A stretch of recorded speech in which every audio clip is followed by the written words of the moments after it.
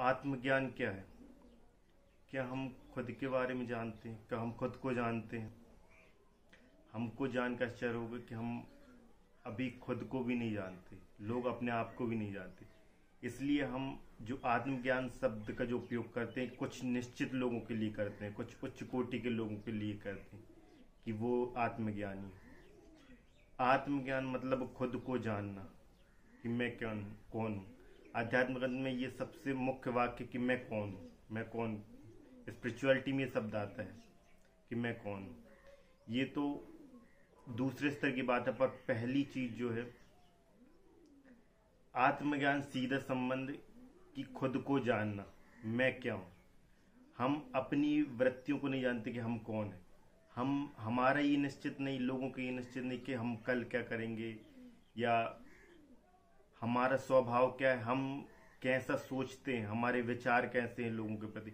हम इस बात पे सॉर्ट आउट नहीं, हमें क्लियर नहीं है, क्लियरिटी नहीं है अपने माइंड के बारे में और अपने विचारों के बारे में। हम जो भी सोचते हैं उसके बारे में हमें पता नहीं कि हम क्या सोच रहे हैं और क्यों सोच रहे हैं। एक क्लियर पॉइंट ऑफ व्यू नहीं लोगों के पास। उनका माइंड जो है डिवर्ट है, उन्हें पता नहीं कि वो क्या करते। कभी कभी एक व्यक्ति गुस्सा कर जाता है, वो कहता है मेरा मूड नहीं था गुस्सा करने पर मैं गुस्सा हो गया। एक व्यक्ति ने जैसे आत्महत्या कर दी, उससे पूछो तुमने आत्महत्या क्यों? मेरे से गलती से हो गई। मतलब उससे पता भी नहीं कि वो क्या कर सकता है। अगले कदम उसने क्या कर दिया, अगले कदम उसने कुछ गलत कर दिया। वो सोच रहा है बाद में कि ये तो मैं कभी कर ही नहीं सकता, ये मैंने किया ही नहीं, ये तो मेरा स्वभाव ही नहीं। तो हम अपने स्वभाव को जानते ही नहीं। एक व्यक्ति गलत करता है पर उसे लगता नहीं कि वो गलत कर रहा है, क्योंकि वो अपने आप को जानता ही नहीं। मैं को जानना, अपने विचारों को देखना कि हमारी सोच क्या है, हम क्या सोचते हैं, हमारे विचार क्या है।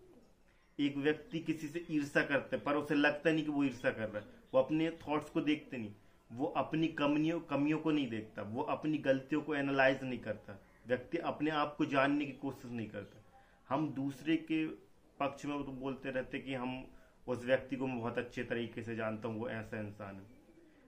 और हम ये जानकर आश्चर्य के बाद हम खुद को नहीं जानते, हम अपने आप के बारे में नहीं जानते कि हम क्या हैं। भौतिक तल में देखें तो हम अपने आप को शरीर मानते कि हम शरीर हैं, कि हम सभी अंगों का जोड़ है, शरीर का जोड़ है, तो हम हैं। हम आत्मज्ञान का सूत्र कि सबसे पहले हम अपने आप को जाने। आत्मज्ञान मतलब खुद को जानना। तो आत्मज्ञान का जो सूत्र है वो है कि अपने जो हमारे थॉट्स हैं, जो हमारा माइंड है, हमारे मन में जो विचार आते हैं, उन विचारों को देखना। कैसे देखेंगे? बुद्धि से। हमारे मन में जो विचार आ रहे हैं बुद्धि के द्वारा, बुद्धि से अपने माइंड में जो विचार आते हैं उनको देखें कि वो किस तरीके का माइंड है।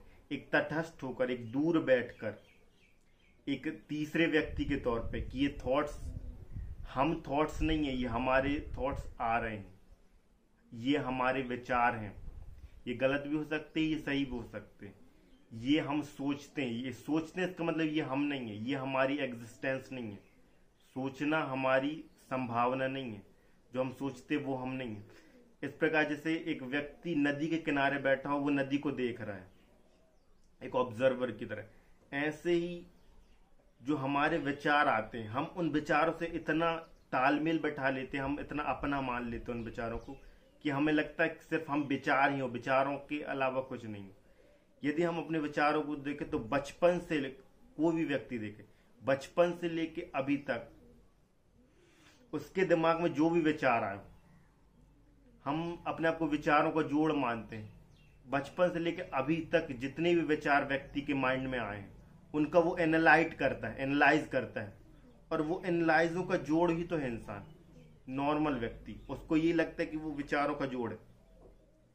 यदि वो सब विचार, वो सब सोच जो उसने ग्रहण की, उन सबको खत्म कर दें, अलग कर दिया जाए, तो व्यक्ति कुछ नहीं है। व्यक्ति ये समझता है कि वो विचारों का जोड़ है। अभी तक जितनी चीजों उसने देखी, ऑब्जर्व की, उसके साथ उसने एक माइंडसेट क्रिएट कर लिया।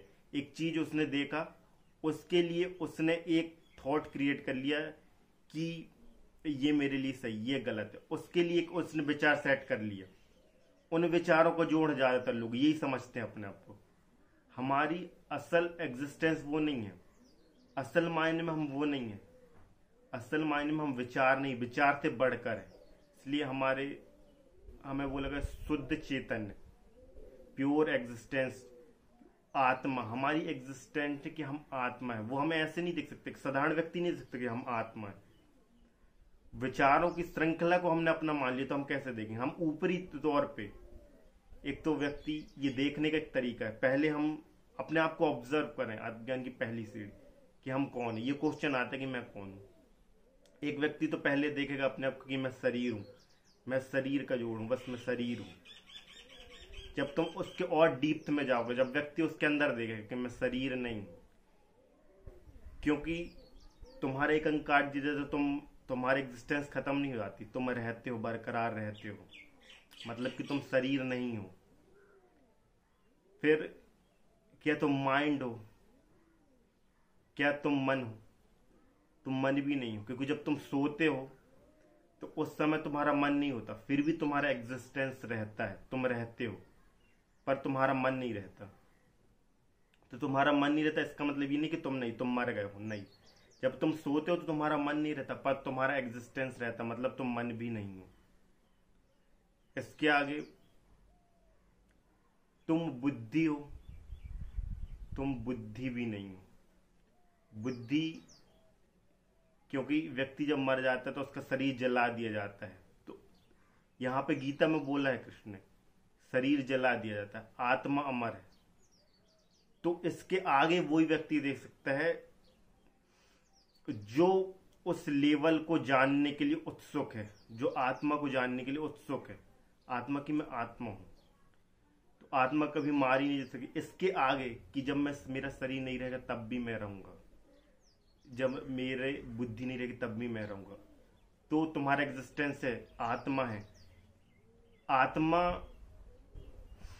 एक समय से पहले उस विचार को मानना कठिन था कि पुराने जमाने में, अपन आज के युग में जब जी रहे हैं तो साइंस का युग ही है। अपन बोलते कि हम साइंस को मानेंगे, तथ्य को मानेंगे, जो प्रूव होगा वो मानेंगे। तो पहले के समय में हमारे पास इतनी टेक्नोलॉजी नहीं थी कि सीधे सीधे हम उन चीजों को जान सके कि आत्मा है कि नहीं, हम अपने आप को आत्मा रूप में देख सकें, वो नहीं थी।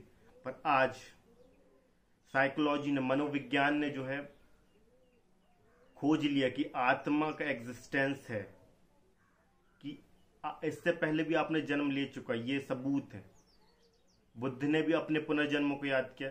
आज साइंस में पास्ट लाइफ रिग्रेशन थेरेपी है, थ्योरी है पास्ट लाइफ रिग्रेशन, जिसके द्वारा कोई भी व्यक्ति अपने पुनर्जन्म को जान सकता है।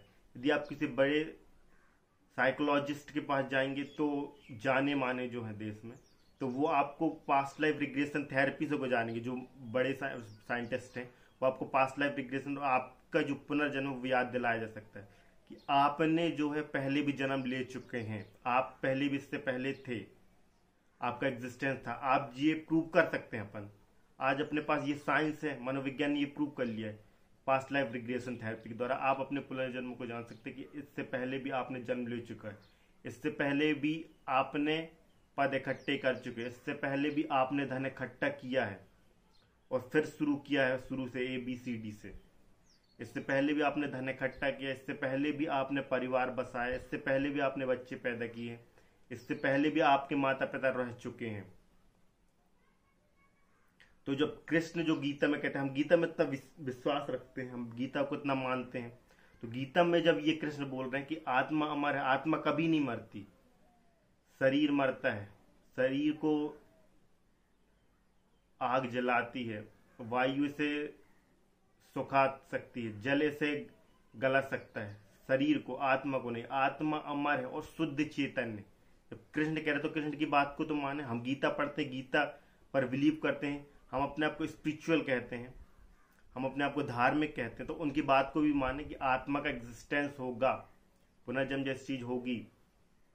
तो हम शुद्ध चेतन है, जो हमारे विचार आ रहे वो विचार नहीं है, हमने अपने विचारों का जोड़ है। यदि हम बाहरी तौर पर देखें, ज्यादातर लोग विचारों का जोड़ है, उससे आगे वो अपने आप को देख नहीं पाते, उससे आगे वो जा ही नहीं पाते कि वो शुद्ध चेतन है, आत्मा है।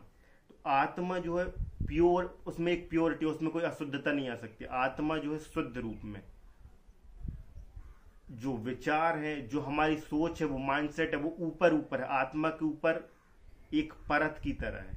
वो आत्मा को नहीं छूती, वो विचार आत्मा को नहीं छूते। एक व्यक्ति बुरा कर्म करता है, बोलेंगे कि एक आत्मा बुरी कर्म करती, नहीं।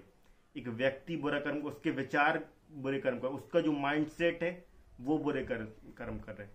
पर आत्मा का कोई माइंडसेट नहीं है, आत्मा प्योर है, ईश्वर का अंश है, उसमें कोई अनप्योरिटी नहीं, उसमें कोई कोई प्रदूषण नहीं, उसमें कोई अशुद्धि नहीं है। जैसे एक शीशा होता है, शीशा के सामने यदि धूल डाल दी जाए तो शीशा धुंधला हो जाएगा, पर ये नहीं कह सकते शीशा धुंधला हो गया। शीशा को साफ करेंगे तो वो साफ हो जाएगा।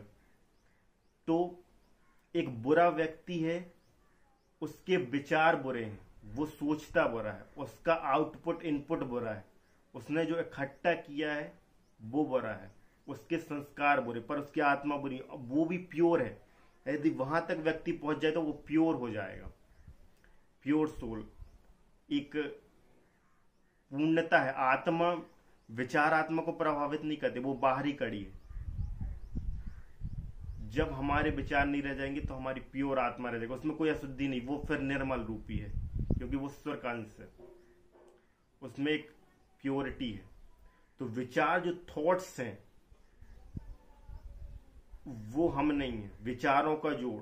ज्यादातर लोग इसी स्तर पे जी रहे हैं कि वो अपने आप को विचारों का जोड़ मानते, कि अभी तक और पुराने से लेकर अभी तक जो भी उन्होंने इकट्ठा किया, जो भी उनकी सोच है, उनका माइंड है, मन है, बुद्धि है, वो ही वो है। नहीं, वो उनकी असली संभावना नहीं है, उसके अंदर वो आत्मा रूप में। इस रूप को जो व्यक्ति देख लेता है वो है आत्मज्ञानी, कि विचारों को भी तटस्थ होकर देख सके, सामने रख के, कि ये एक व्यक्ति के प्रति मेरे अंदर ईर्षा आ रही, ये ईर्षा का भाव होकर गुजर रहा है मेरे सामने से। एक सामने वाले के प्रति अच्छा भाव होकर गुजर रहा है कि मैं इसको एक अच्छा व्यक्ति मानता हूँ, सामने व्यक्ति को मैं बुरा व्यक्ति मानता हूँ, या ये चीज अच्छी है या ये चीज बुरी है, मैंने ये सुंदर चीज देखी है। ये विचार जो आत्मज्ञानी पुरुष है वो तटस्थ होकर देख पाता है अपने विचार को, वो देखता है, क्योंकि वो नहीं मानता कि मैं विचार हूं, ये मेरे द्वारा होकर गुजर रहे हैं मेरे सामने से। वो इस तरीके से देखता है विचारों को, वो अपने आप को विचार नहीं मानता। आज जो आपका किसी व्यक्ति के प्रति माइंडसेट है वो कल बदल सकता है, और वो बदल जाता है। एक व्यक्ति आज तुम्हारा दोस्त है, कल कहीं वो दुश्मन हो जाए, ये कैसे हुआ? कल तक आपने उससे जो इनपुट लिया, उससे जो आपको लगा, उसने जो आपके प्रति व्यवहार किया वो मित्रतापूर्ण थे, तो आपके थॉट्स अलग थे, पर वो कल आपका शत्रु हो गया। एक शत्रु कल आपका मित्र हो जाता है, क्योंकि वो जो है विचार रूप, विचार उसके वो आपको दे रहा है विचार, तो आपके विचार चेंज हो जाते हैं। तो क्या आप चेंज हो जाते हैं? आप नहीं, आपके विचार चेंज हो जाते हैं। आप क्यों बोलेंगे अपने आप को कि मैं चेंज होता हूं? आपके विचार बदलते रहते हैं। आज जो चीज आपको सही लगती कल कहीं वो गलत लगे, और कल जो चीज आपको सही लगती थी आज कहीं वो गलत लगने लगे। ये हमारे जीवन में होता रहता है। तो हम विचार नहीं है, अपने आप को चिंतन करके जो व्यक्ति देख सके कि मैं प्योर हूं, विचार मुझे प्रभावित नहीं कर सके, विचार मेरी संभाव, ये तो मेरे संस्कार है जो मेरे ऊपर डाले गए। संस्कार बुद्धि और मन पर को प्रभाव डालते हैं। संस्कार आत्मा के नहीं होते। आत्मा, सब जगत में जितनी आत्मा वो प्योर है, उनमें कोई बुराई नहीं, सब अच्छे हैं। वो बुद्धि और मन और पुराने संस्कार है जो उसको अच्छा और बुरा बनाते हैं।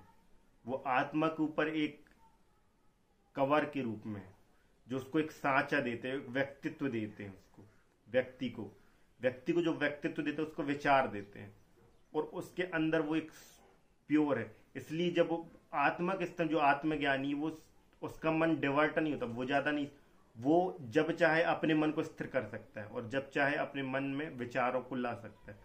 तो बुद्ध जो बुद्धत्व को प्राप्त हो चुका है, वो आत्मा के स्तर पे जी रहा है, अपने आत्मा के स्तर पे जी रहा है कि मैं वो नहीं हूं जो दुनिया मानती। जो संसार अपने आप को देखता है, अपन वो नहीं है, उससे ऊपर है, उससे हटकर है।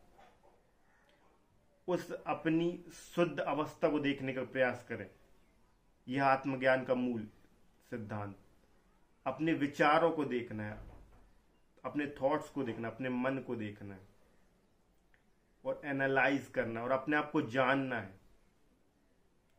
जो आत्मज्ञानी है उसे पता होता है कि वो क्या कर रहा है और वो क्या करेगा भविष्य में, उसका लक्ष्य क्या है, उसका पूरा एक ब्लूप्रिंट उसको पता होता है कि ये मेरी संभावना है, ये मैं कर सकता हूं, ये मैं नहीं करूंगा, ये मैं कभी भी नहीं करूंगा।